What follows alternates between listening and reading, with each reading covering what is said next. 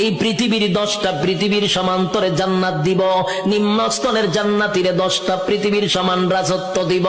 ডান হাতে আমলনামাটা পাইয়া বান্দা লাফাইতে থাকবে আর বলবে, মালিক আমি এত খুশি, এত খুশি, এত খুশি, এত আনন্দ, এত আনন্দ আমি কোথায় রাখবো? লাফাইতে থাকবে। আল্লাহ কয় দাঁড়া, লাফাস কেড়ে। আল্লাহ আমি এত বড় নিয়ামত পাইছি, কোথায় রাখবো গো? আমি আনন্দ কোথায় রাখবো?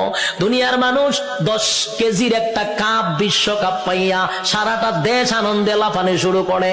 আর আল্লাহ কয় গোটা পৃথিবীর 10 পৃথিবীর সমান এক একটা রাজত্ব দিব।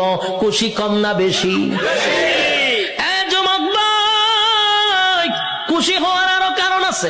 আল্লাহ বলেন জান্নাতি শুন, দুনিয়াতে যদি তোর আমি আমেরিকার প্রেসিডেন্ট বানাইতাম, কিন্তু এক সময় তোর মরণ লাগতো। আর আল্লাহ বলেন 10 দুনিয়ার সমান একটা জান্নাতের রাজত্ব দিব।